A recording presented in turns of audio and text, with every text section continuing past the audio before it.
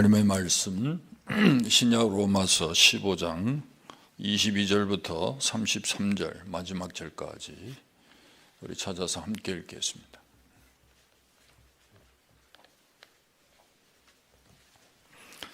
로마서 15장 22절부터 33절까지 제가 먼저 읽겠습니다. 한 절씩 교독합니다. 그러므로 또한 내가 너희에게 가려하던 것이 여러 번 막혔더니 이 지방에 일할 곳이 없고 또 여러 해 전부터 언제든지 서바나로 갈 때에 너희에게 가기를 바라고 있었으니 이는 지나가는 길에 너희를 보고 먼저 너희와 사귐으로 얼마간 기쁨을 가진 후에 너희가 그리로 보내주기를 바람이라. 그러나 이제는 내가 성도를 섬기는 일로 예루살렘에 가노니 이는 마게도냐와 아가야 사람들이 예루살렘 성도 중 가난한 자들을 위하여 기쁘게 얼마를 연보하였습니다. 저희가 기뻐서 하였거니와 또한 저희는 그들에게 빚진 자니 만일 이방인들이 그들의 영적인 것을 나눠 가졌으면 육적인 것으로 그들을 섬기는 것이 마땅하니라. 그러므로 내가 이 일을 마치고 이 열매를 그들에게 확증한 후에 너희에게 들렀다가 서바나로 가리라. 내가 너희에게 나아갈 때에 그리스도의 충만한 복을 가지고 갈 줄을 아노라. 형제들아, 내가 우리 주 예수 그리스도와 성령의 사랑으로 말미암아 너희를 권하노니 너희 기도에 나와 힘을 같이 하여 나를 위하여 하나님께 빌어 나로 유대에서 순종하지 아니하는 자들로부터 건짐을 받게 하고 또 예루살렘에 대하여 내가 섬기는 일을 성도들이 받을 만하게 하고 나로 하나님의 뜻을 따라 기쁨으로 너희에게 나아가 너희와 함께 편히 쉬게 하라. 평강의 하나님께서 너희 모든 사랑과 함께 계실지어다. 아멘.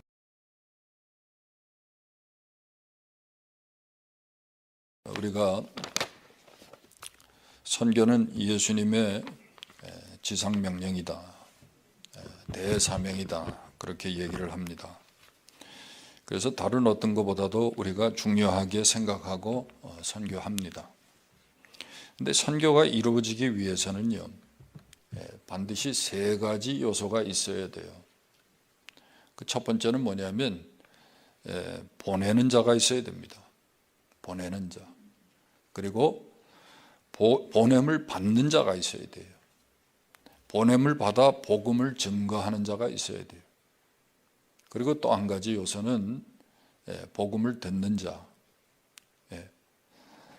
그러니까 파송교회가 있어야 되고요, 복음 증거자 선교사가 있어야 되고 선교지, 선교의 대상이 꼭 필요합니다. 그래야 선교가 이루어지는 거예요. 이 바울의 선교를 보아도 이 세 가지가 다 갖추어져 있어요. 바울을 파송한 교회는 안디옥 교회입니다. 그리고 선교사, 복음 증거자는 사도 바울이죠. 그럼 바울의 선교지, 바울의 선교 대상은 무엇입니까? 이방인이죠. 이방인. 복음이 전해지지 않은 곳, 이방인이 선교의 대상이고 또 바울의 선교지였어요. 그런데 오늘 본문에 보니까 바울의 선교에는 이 세 가지 이외에도 중요한 또 세 가지가 있다는 것을 우리가 보게 됩니다. 그 요소들은요, 바울의 선교의 방향을 결정하고 또 바울의 선교를 가능하게 했던 것으로 오늘 우리가 선교하기를 소원하고 또 우리가 보냄을 받아서 선교한다고 할 때 또 내 자신이 선교사라고 할 때 우리가 반드시 기억해야 할 중요한 것입니다.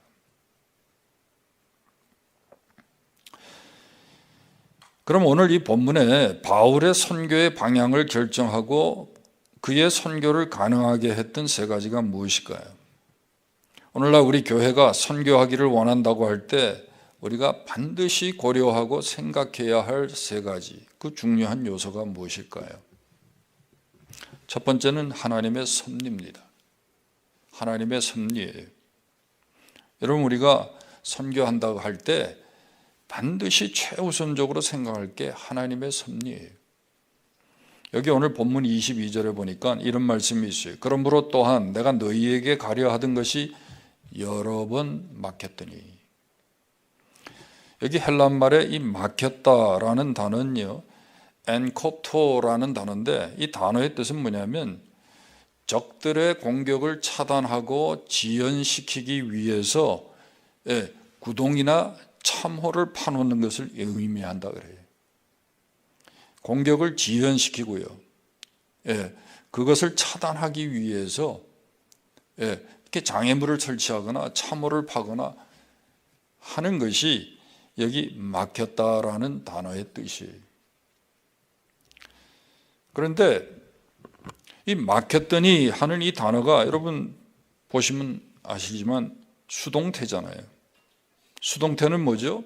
일이나 사건의 원인이 나에게 있지 않고 내 자신 밖에 외부로부터 비롯된 것을 의미할 때 수동태를 쓰죠. 이런 의미에서 우리가 22절을 볼 때 이 22절 말씀은 바울은 로마 교회를 방문하고 싶었지만 하나님이 특별히 섭리하시고 간섭하셔서 지금까지 그렇게 할 수 없었다는 거예요. 쉽게 얘기하면 로마로 가기를 원했는데 하나님이 막으셨다는 거예요. 허락지 않으셨다는 거예요. 여러분, 우리가 하나님의 일을 하고 복음을 전함에 있어서 나름 우리가 사역의 계획과 소원을 가지고 우리가 합니다. 그런데 여러분, 중요한 것은요, 우리가 하나님의 일을 할 때 이 하나님의 섭리적인 계획, 하나님의 섭리적인 역사에 늘 우리가 민감해야 하고 그 섭리에 우리가 순응해야 한다는 거예요. 바울은 그랬어요. 자기가 가고 싶지만 하나님이 막으시니까요, 가지 않은 거예요. 기다린 거예요. 아니, 다른 더 중요한 일이 있나 보다 생각한 거예요. 여러분, 우리도 그래야 하는 거예요. 특별히 사도행전 16장 6절에 보면 바울이 아시아로 가서 복음을 전하기를 원했지만은 성령이 아시아에서 말씀을 전하지 못하게 하시거늘 비두니아로 가고자 했을 때 예수의 영이 허락지 아니하시는지라. 그리고 그래서 드로아로 갔는데 밤에 환상이 바울에게 보여 그 환상 가운데 어떤 사람이요, 하나님이 저 사람들에게 복음을 전하라 한다. 마게도니아 사람이 나타나서 손짓을 하는데 그 환상을 보고 하나님이 막으시는 이유가 이거구나. 바로 저들에게, 저 마게도니아 사람들에게 가서 복음을 전하라고 하는구나. 이렇게 하나님의 섭리를 이해하게 되는 거예요. 그리고 자신의 방향을 바꾸어서요, 아시아로 가지 않고 마게도니아, 유럽으로 갑니다. 빌립보로 갑니다. 이렇게 여러분, 우리도 우리 나름대로 계획과 소원을 가지지만 늘 하나님의 인도하심, 그 하나님의 섭리적인 역사를 우리가 늘 생각해야 돼요. 여러분, 이 조선의 쇄국 정책에 대해서는 여러분 잘 아실 거예요. 이 쇄국 정책 덕분에 선교사가 이 조선에 입국할 수가 없었죠. 들어왔다가도 토마스 선교사 같은 사람이 대동강에서 여러분 참수를 당하고 그러지 않았습니까? 그런데 이 쇄국 정책 덕분에 여러분 어떤 일이 일어났을까요? 한국의 이 보침 장수들이 중국에 가서 장사를 하는데, 물건을 해오는데 서양 선교사들이 그 상인들에게 전도를 하고 그 상인들을 통해서 성경을 번역하고 그들 보침 속에 번역한 성경을 넣어서 조선으로 다시 돌아가게 해서 그들이 와서 그 성경을 배포하면서 복음을 전하고 교회를 개척한 거예요. 근데 여러분, 이게 왜 그렇게 중요합니까? 여러분, 이 조선에, 한국 땅에 여러분 가장 먼저 세워진 교회가 황해도의 솔레교회예요. 근데 이 솔레교회는요, 서양 선교사들이 와가지고 개척하고 교회를 짓지 않았습니다, 여러분. 예. 우리 민족, 예, 자신이 교회를 개척한 거예요. 근데 여러분, 이것이 동기가 돼서요, 이 한국교회는 전 세계적으로 자국민 복음화 운동에 성공한 케이스로서요, 예, 이런 선교 역사상 이런 예가 없다는 거예요. 선교사가 와가지고 개척하고 교회 뭐 짓고 뭐 다 그래가지고 한국교회가 지금까지 말이죠, 복음화되고, 예, 세계 선교를 하는 그런 교회가 된 게 아니라 자국민에 의해 가지고 복음이 증거되고 복음이 수입이 되고요, 교회가 개척이 되고 자국민 복음화 운동을 통해서 여러분 나라가 복음화된 그런 케이스가 대한민국이에요. 한국교회예요.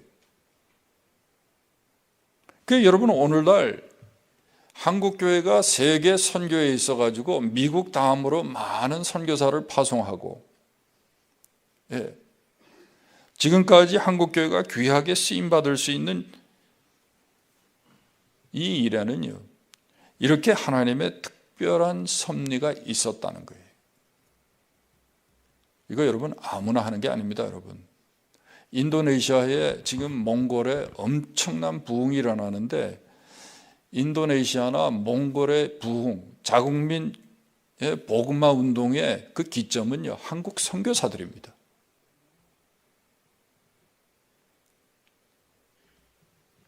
해보지 않고는요, 예, 또 직접 경험해보지 않고는 그렇게 할 수가 없는 거죠.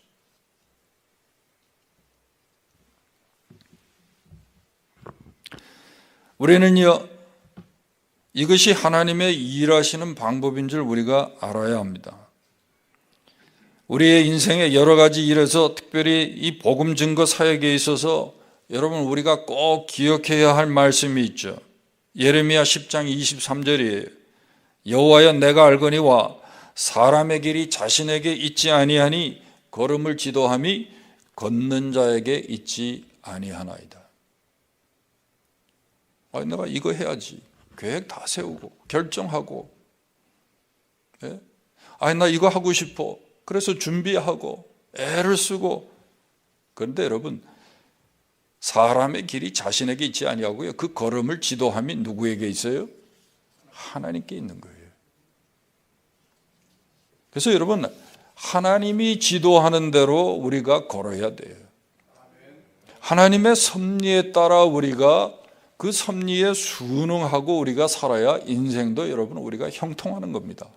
후회가 없어요. 여러분, 정말 하나님의 일을 하시기 원하십니까? 어떤 선교나 사역에 어떤 부르심이 있습니까? 저는 여러분, 우리 교회나 저나 여러분 모두가 이 하나님의 섭리에 민감할 수 있기를 주님의 이름으로 축원합니다. 이 하나님의 섭리적인 역사에 우리가 순종해야 돼요. 정말 우리가 하나님의 주권을 믿는다면 여러분, 싫어도, 또 지금은 이해가 안 돼도, 또 혹 손해가 돼도 그 하나님의 섭리에 우리가 순응해야 돼요.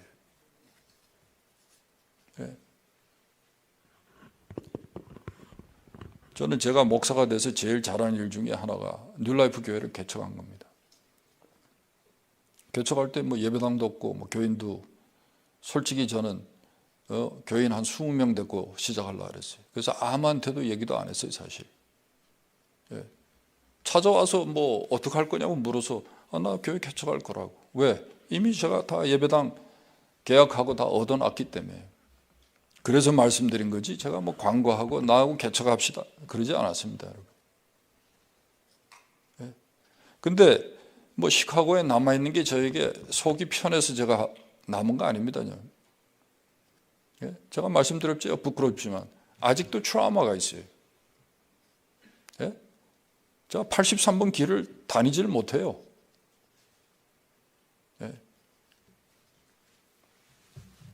근데 한국에서는요, 예배당까지 준비하고 저보고 오라는 데도 있었습니다. 우리는 가끔 그래요. 문이 열리는 곳으로 가면 된다고. 근데 여러분, 그게 하나님의 뜻이 아닌 경우가 허다합니다, 여러분. 왜? 주님은 우리 보고 늘 좁은 길로 가라 그랬어요. 사람들이 많이 다니는 넓은 문이나 넓은 길로 가지 말고 좁은 문, 좁은 길로 가라 그랬어요. 그래서 내가 이게 정말 하나님의 뜻인지 하나님의 간섭인지 인도하심인지 잘 모를 때는 좁은 길을 선택하면 여러분 맞는 줄 믿습니다. 안 간 게 저는 잘 됐어요. 제 인생에 후회함이 없어요. 여러분, 이해가 안 돼도요, 손해가 돼도 하나님의 뜻에 순종할 수 있길 바랍니다. 하나님의 일은 그렇게 해야 돼요. 여러분, 사역의 성공이 무엇입니까? 인생의 성공이 무엇입니까? 내 생각대로 내 뜻대로 되는 것이 아니라 주님의 뜻대로 주님의 계획대로 되는 것이 성공이에요. 그래야 인생에 후회가 없어요. 여러분, 스데반이 전도자로 복음을 전하다가요, 돌에 맞아 죽었습니다. 이 사도행전에 보면 스데반에 대한 얘기가 한 장밖에 없어요.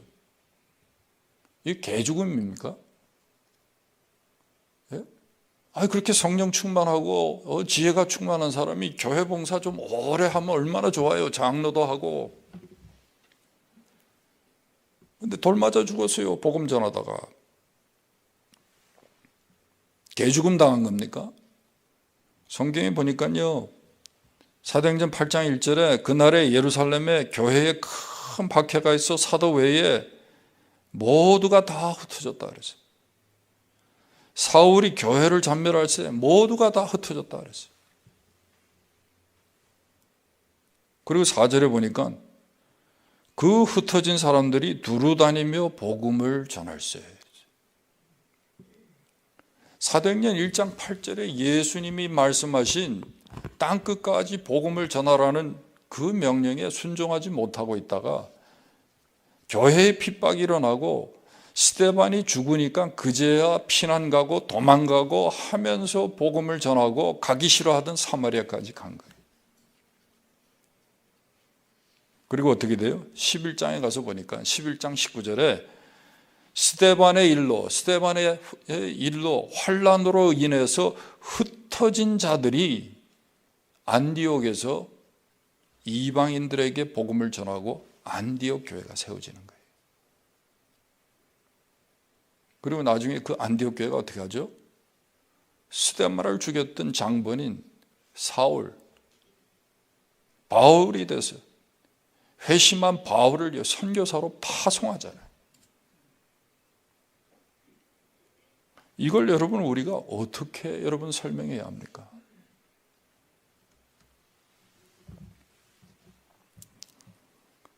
때로는 여러분 실패하는 게 여러분 성공하는 거예요. 네.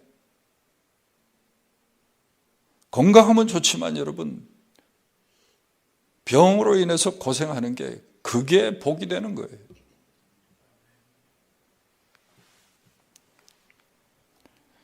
우리가 하나님의 뜻과 하나님의 섭리를 믿는다면 이 하나님의 섭리에 우리가 순응해야 돼요. 네? 고생은 싫다. 네? 가난은 싫다. 그래서 피해 당기면요. 네? 하나님의 뜻이 거기에 있는데 그걸 피해 당기면요. 결국은 인생 쪽박 차는 거예요. 자기 하고 싶은 대로 살면.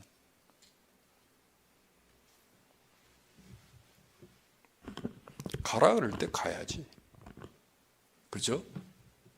기다리라 그러면 기다려야지. 자기가 하고 싶다고 뛰어나가면 됩니까? 예? 가라는데 안 가고 버티면 됩니까? 안 되는 거죠. 하나님의 뜻에 우리가 순응해야 돼요. 그 하나님의 섭리에 우리가 민감해야 돼요. 여러분, 우리가 어떻게 해야 늘 하나님의 섭리에 따르고 우리가 순종할 수 있습니까? 예? 특별히 우리가 하나님의 일을 할 때는요, 예, 그 사역 자체가, 선교도 그렇고 교회 일도 마찬가지, 이게 내 자신의 일이 아니고 내가 하고 싶어서 하는 일이 아니라 주님의 일이라는 인식이 있어야 돼요. 사람은요, 너무 이기적이라 다 편한 거 좋아합니다. 예? 좁은 문으로 가는 건요, 그건 우리 의지로는 가능하지 않아요. 예.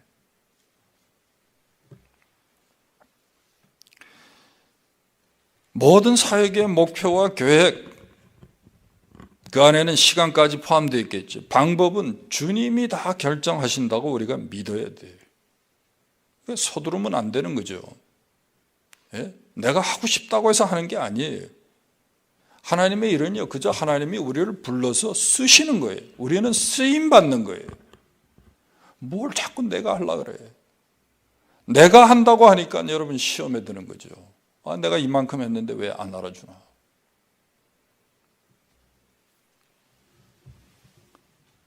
여러분, 이만큼 우리가 쓰임 받은 것 뿐이에요. 그리고 쓰임 받고 있을 뿐이에요. 이런 생각이 없으면요, 저나 여러분이나 똑같습니다, 여러분. 예? 내 마음대로 일하게 돼요. 내 편한 대로 일하게 돼요.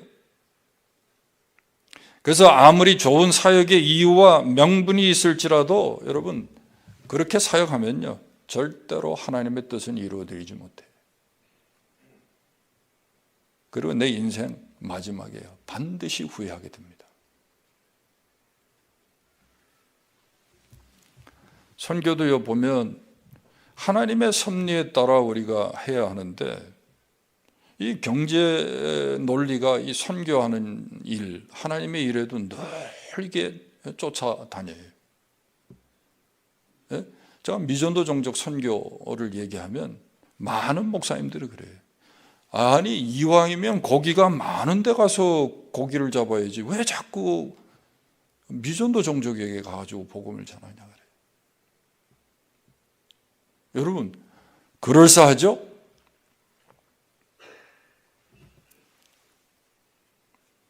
한동안에 제일 선교사가 많이 간 나라가 어디입니까? 중국 아닙니까? 중국. 중국에 1,000명 아니라 2,000명 선교사가 거기에 다 몰려가지고. 근데 지금 어떻게 됐어요? 다 쫓겨나고 아무도.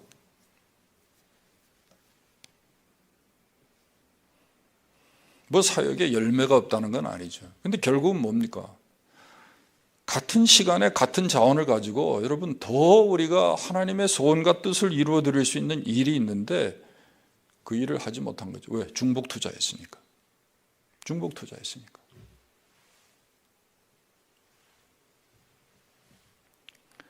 성경은 분명히 우리에게 모든 종족에게 가서 복음을 증언하라 그랬잖아요.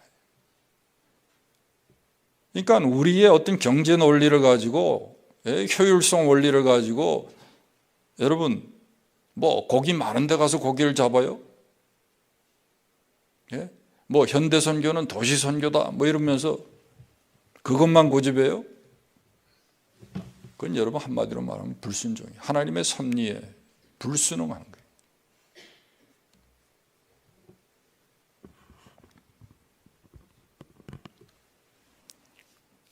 절대로 자기가 가고 싶어서 가는 게 아닙니다. 보냄을 받아서 가야 돼요.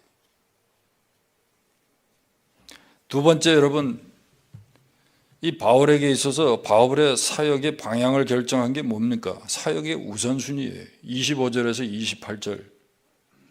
다시 읽지는 않겠습니다. 바울이 로마 교회를 방문하고 그 다음에 서바나로 갈 계획이었어요. 그런데 그걸 포기하고 예루살렘 교회에 먼저 가야 되겠다는 거예요.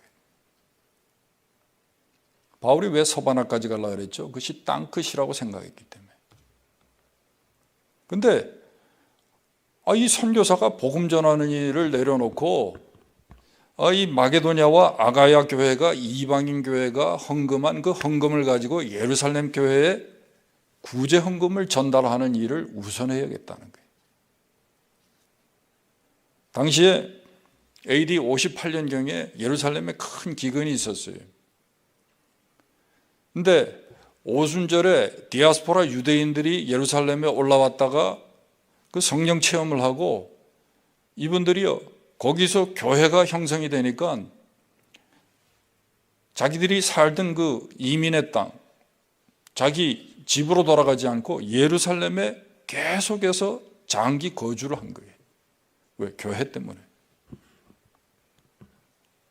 그러니까 집도 없고 자기 무슨 여러분 아무 비빌 언덕이 없잖아요. 교회 말고는 없는 거예요. 성도들 말고는 어디 신세 질 데가 없는 거예요. 그 예루살렘 교회에 이분들이요, 너무나 많으니까 먹고 사는 것도 힘들고 교회도 힘들고 다 힘들어요. 이 사실을 알게 된 이방인 교회가 예루살렘 교회 성도들을 돕기 위해서 헌금을 하고 다른 사람이 아니고 바울을 통해서 이 헌금을 전달하려는 거예요. 근데 바울이 이 결정을 하는 게 여러분 쉬운 결정이 아니에요. 첫 번째, 바울을 죽이기 전에는 물도 안 마시겠다, 먹지도 않겠다. 암살단 40명이 아직도 죽지 않고 시퍼렇게 살아있을 때 예루살렘 가면 언제 죽을지 몰라요. 또 한 가지는 예루살렘 교회 내에 율법주의적 신자들이 많아요. 왜 이방인 아직도 할례 안 주냐. 저 할례 안 받았으니까 구원받은 사람 아니라는 거예요. 교회에 들어오면 안 된다는 거예요. 이런 율법주의자들이 있었어요. 그런데 바울은 할례 폐지를 주장하는 사람이거든요. 사면 초가예요. 예루살렘은 피해가야 될 곳이에요. 근데 굳이 가요. 왜 그랬을까요?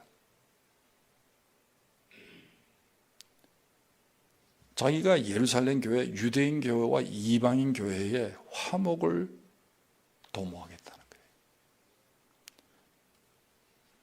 여러분 요한복음에도 보시면은 잘 나와 있지만 요한복음 17장에 예수님이 이런 기도를 하셔요. 내가 비옵는 것은 이 사람들만 위한 것이 아니요 또 그들의 말로 말미암아 나를 믿는 사람들도 위함이니 아버지께서 내 안에 내가 아버지 안에 있는 것 같이 그들도 다 하나가 되어 우리 안에 있게 하사 세상으로 아버지께서 나를 보내신 것을 믿게 하옵소서. 이 말씀에서 중요한 게 있죠. 세상이요, 예수 그리스도가 하나님이 보내신 그리스도 메시아인 것을, 구원자인 것을 알게 하기 위해서 필요한 게 뭐예요? 하나 되는 거예요. 하나 되는 거예요. 선교보다 더 중요한 게 교회가 하나 되는 거예요. 여러분 교회가 시기 경쟁하고 분당하고 서로 싸우면요 절대로 할 수 없는 게 있어요. 전도하고 선교하는 일이 안 돼요. 절대 안 돼요. 그래서 바울이요 서바나로 가는 것도 중요하고 로마로 가는 것도 중요하지만은 이방인 교회와 이 유대인 교회, 예루살렘 교회가 화목하고 연합하는 것, 그 일을 위해서 자기가 굳이 가야 한다는 거예요.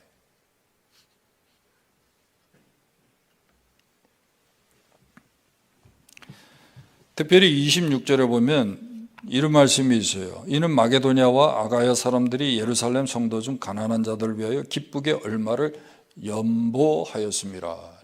연보. 이걸 우리가 생각할 때 이거 연보 오퍼링인가? 이렇게 우리가 생각할 수 있는데 헬라어 원문에 이 연보가 코이노니아로 번역이 되어 있어요. 코이노니아. sharing이에요. sharing.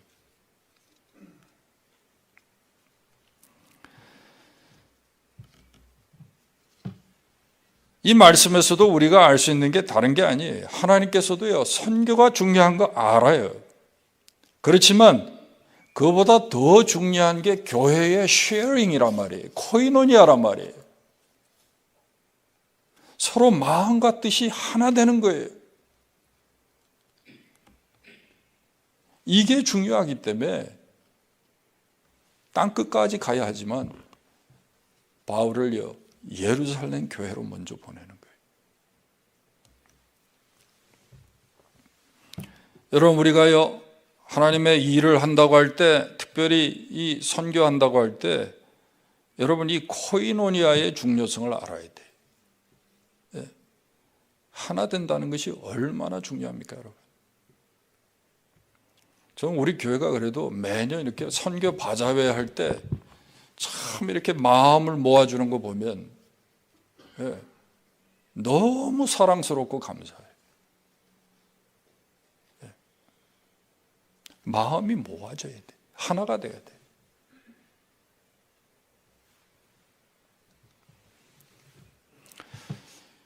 세 번째, 여러분, 우리가 선교한다고 할 때, 또 우리가 부르심을 받았다고 할 때 고려해야 할 중요한 요소가 뭡니까? 기도예요. 여기 30절에서 33절 말씀을 보세요. 특별히 30절에 너희 기도에 나와 힘을 같이하여 나를 위하여 하나님께 빌라. 그러면서 기도를 부탁하는 이유를 여기에 쓰고 있어요. 31절에 보면 유대인들로부터 건짐을 받게 해달라. 내가 지금 예루살렘에 올라가는데 유대인들로부터 해를 당하지 않게. 그렇죠? 지금 암살단이 기다리고 있잖아요. 바울을 지금 비판하고 정죄하는 유대주의자들이 있잖아요. 율법주의자들. 그들에게 해를 당하지 않게. 그 기도를 부탁해요. 두 번째는 이 구제 헌금을 전달하는 일, 여기 섬기는 일이라 그랬어요. 성도를 섬기는 일. 이 일을요, 예루살렘 교회 교인들이 오해 없이 적대감 없이 그대로 받아들일 수 있도록 감사하게, 야, 이방인 교회가 우리를 이렇게 생각하는구나. 그걸 받아들일 수 있도록 기도해 달라는 거예요. 그리고 32절에 보세요. 그 다음에 내가 로마 교회에 가서 그들과 영적인 교제를 나눌 수 있도록. 바울은 여기 이렇게 했죠. 너희와 함께 편히 쉬게 하라. 그들과 영적인 교제를 나눌 수 있도록, 그것까지도 할 수 있도록 기도해 달라. 그 부탁을 하는 거예요.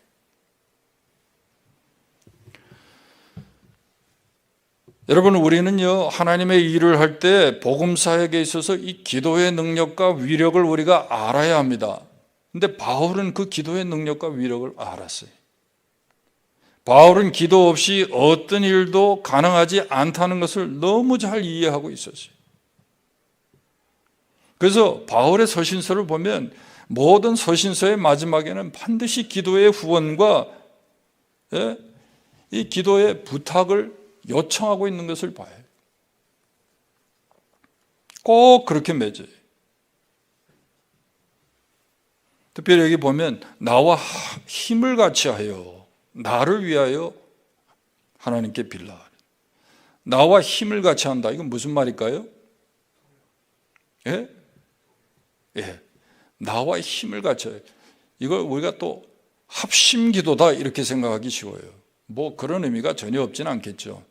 나와 힘을 같이 하여, 이 말은 기도의 동력을 해달라는 거예요. 조금 전에 사용했던 단어를 다시 빌려오면 기도에 동참해달라는 거예요. 기도의 코이노니아를 이루어달라는 거예요. 여러분, 우리 교회가 지금 선교하죠. 인도 선교했고 중국 선교도 하고 있고 장애인 선교도 하고 있고 아프리카 선교도 하고 번역 선교도 하고 있고, 여러분 기도의 코이노니아를 여러분 이루고 있습니까? 기도에 동참하고 계십니까? 예? 좀 죄송하지만 중보기도 모임이나 뭐 우리 주말 토요일 아침 새벽 기도 때 우리 기도 모임에 이렇게 정기적으로 참석하지 못하시는 분들은 아마 좀 힘들 것 같아요. 뭘 기도해야 할지도 잘 모를 것 같아요. 누구를 위해서 기도해야 될지도 아직 파악이 안 되신 분들도 있을 것 같아요.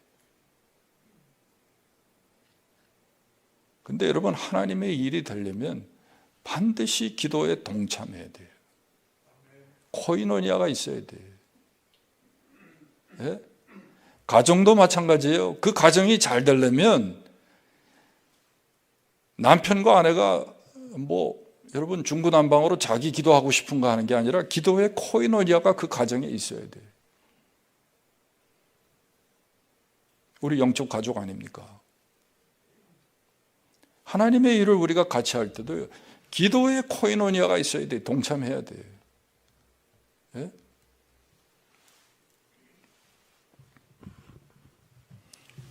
여기 보면 나를 위하여 기도하라. 이건 중보기도죠. 너무나 잘 아는 거예요. 근데 여러분, 중보기도가요, 이게 여러분 제사장적 기도예요. 제사장은 이스라엘 백성들을 위해서 기도하잖아요. 하나님 앞에 나가서. 근데 오늘날 저와 여러분이 이 제사장으로 우리가 부름받았기 때문에, 그렇죠? 우리 여호와의 제사장이라 하나님의 봉사자라 하지 않았습니까? 열방을 위하여 우리가 그들을 위하여, 그들을 대신하여 기도하는 그 기도를 해야 돼요. 그 제사장적 기도, 그게 중보기도예요. 바울은 선교할 때 이게 그렇게 중요하다는 거예요. 하나님의 일을 할 때 있어서 이거 기억해야 한다는 거예요. 여러분, 주의 일은 나 혼자서 하는 거 아닙니다. 아니, 나 혼자 할 수도 없어요. 오늘 제가 특별한 목사는 아니지만 그래도 이만큼 목회하는 것은 교회에 기도가 있기 때문이에요. 기도하시는 분들이 있기 때문에 그래요. 기도 없이, 함께 기도하는 것 없이, 기도에 동참 없이 우리가 하나님의 일을 하려고 한다, 복음 사역을 하려고 한다, 이건 참으로 어리석은 일이에요. 아니면 교만한 일이에요. 제가 여러분 용서하세요. 이일용 선교사라고 북한 선교 평양 과기대 사역하는 선교사님이 왔다 갔는데 제가 참 너무나 가슴 아파가지고 그 얘기를 했어요. 얘기할 자격이 있죠. 왜? 제가 미국과 한국에 5개, 6개 소개해가지고 선교보고 하게 하고, 어느 교회 가든지 돈 내게 하지 말고 기도 후원 요청하라고. 아니, 그 양반이 여기 와서 간증하셨잖아요. 자기가 평양에 들어가서 자기가 구질구질하게 여기 가서 후원해 주세요, 저희 가서 후원, 사람들에게 손 내밀고 하는 거 그거 싫어서, 예? 자기 출신 교회가 그 한국의 아주 모범적인 선교하는 교회인데 다 관계를 거의 끊다시피 하고 그저 자비량으로 들어가가지고 파송교회도 없이 지금까지 선교를 해요. 제가 초도에 말씀드렸잖아요. 선교에 3가지 요소가 있어요.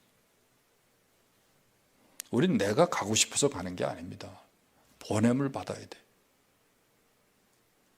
근데 그분이 와서 뭐라 그랬죠?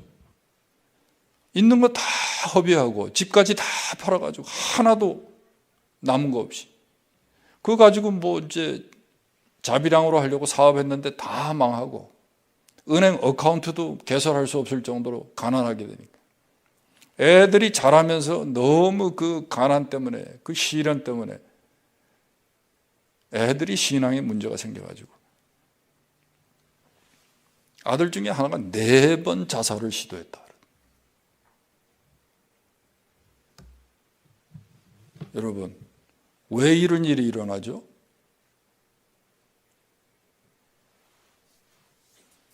기도로 울타리를 치지 않으면요, 사단이 시도 때도 없이 공격하는 거예요. 하나님의 일을 할 수가 없습니다. 어떻게 교회 없이, 기도 후원자 없이 거기 들어가 있을 생각을 합니까? 예? 얼마나 가면 기도의 후원도 받지 않고 하나님의 일을 잘할 수 있다고 생각합니까?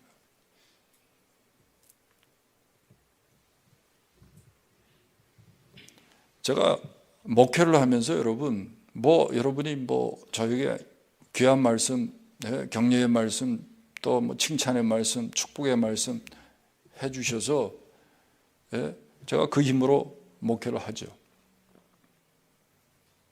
근데 실제로 제가 가장 힘을 많이 얻는 여러분 부분이 어딘지 아세요? 새벽 기도 때 나와가지고 제 뒤에 앉아가지고 주여 주여 하고 기도하시는 그 기도 소리가 저에게 격려가 되고 그게 힘이 돼요. 어떻게 들으려고 하지도 않았는데 제 이름을 불러가면서 기도하는 기도 소리.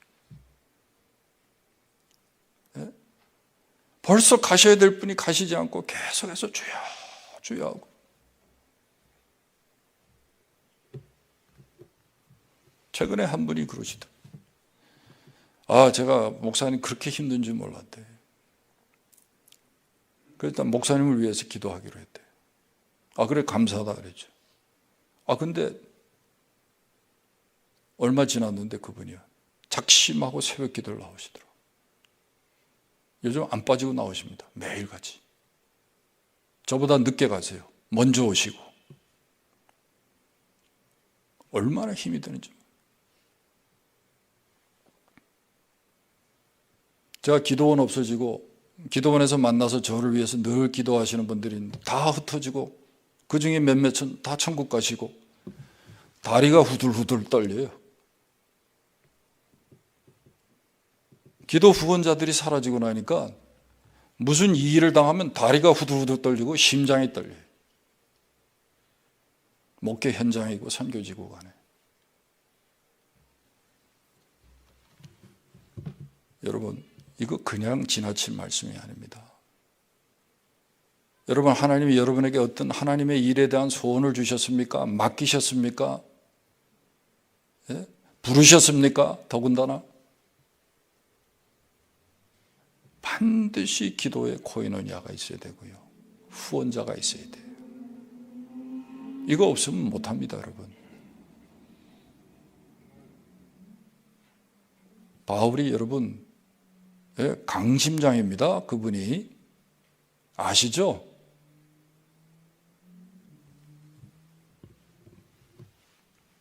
여러분 기질을 가지고 주의를 하는 거 아닙니다.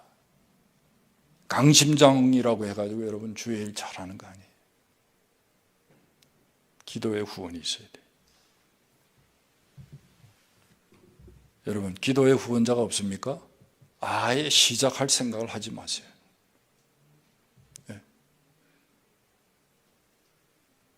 기도는요 저와 여러분의 가장 귀한 영적 자산이에요. 무슨 중요한 일을 결정할 때 여러분 이 영적 자산을 여러분 반드시 인벤토리 하셔야 돼요. 얼마나 여러분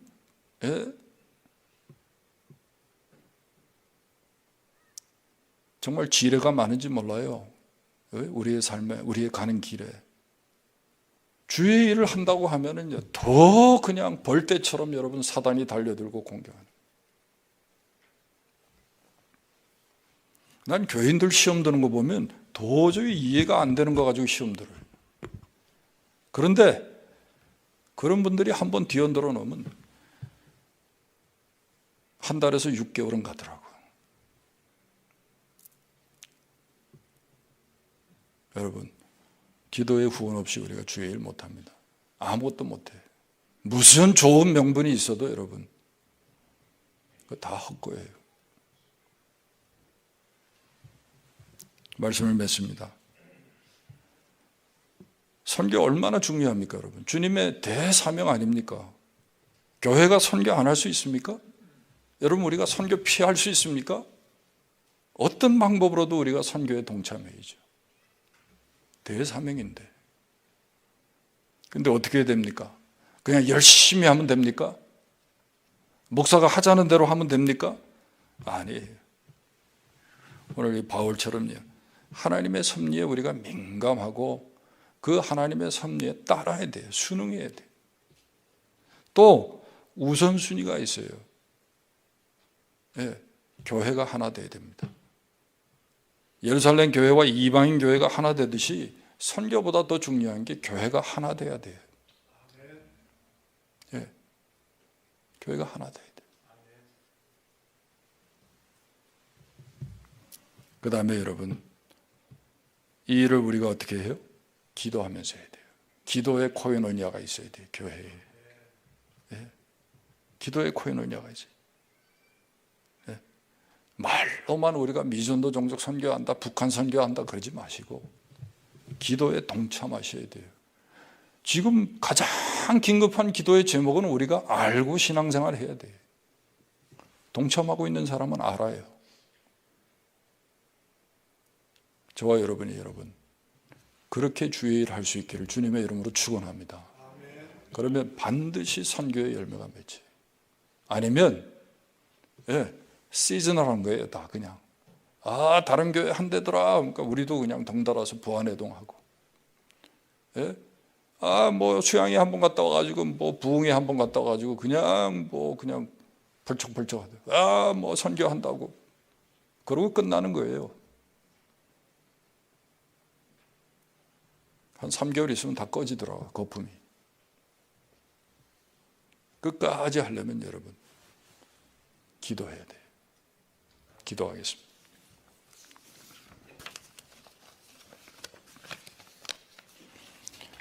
하나님 아버지 은혜와 사랑을 참 감사합니다. 참으로 부족하고 연약하고 미천한 저희들을 하나님 들어서 지금까지도 십자가의 길, 복음의 길, 좁은 길을 걷게 하시는 것 하나님 감사합니다. 기도에 아버지 하나님 연대를 우리가 맺게 하시고 서로 힘을 같이하여 기도하게 하시고 위하여 기도하게 하시니 하나님 감사합니다. 이제 우리가 이 교회를 향하시고 우리 모두를 향하신 그 주님의 섭리의 뜻이 무엇인지 우리가 깨달아 알게 하시고 정말 주님의 인도하심의 섭리에 순종하며 나아갈 수 있는 참으로 하나님을 기쁘시게 하는 교회가 될 수 있도록 더 큰 은혜를 더하여 주시옵소서. 예수님의 이름으로 기도하옵나이다. 아멘. 형제들아, 내가 우리 주 예수 그리스도와 성령의 사랑으로 말미암아 너희를 권하노니 너희 기도에 나와 힘을 같이 하여 나를 위하여 하나님께 빌라. 우리 주 예수 그리스도의 은혜와 아버지 하나님의 그 크신 사랑과 성령의 감동, 교통, 교제하심이 오늘도 기도의 코이노니아를 이루고 제사장적 기도로 나라와 민족을 섬기며 그리스도의 재림을 준비하며 살기로 소원하며 결단하며 이 자리를 떠나는 모든 죄의 백성들 위해 주님의 교회 위에 이제로부터 영원토록 함께 있을지어다. 아멘.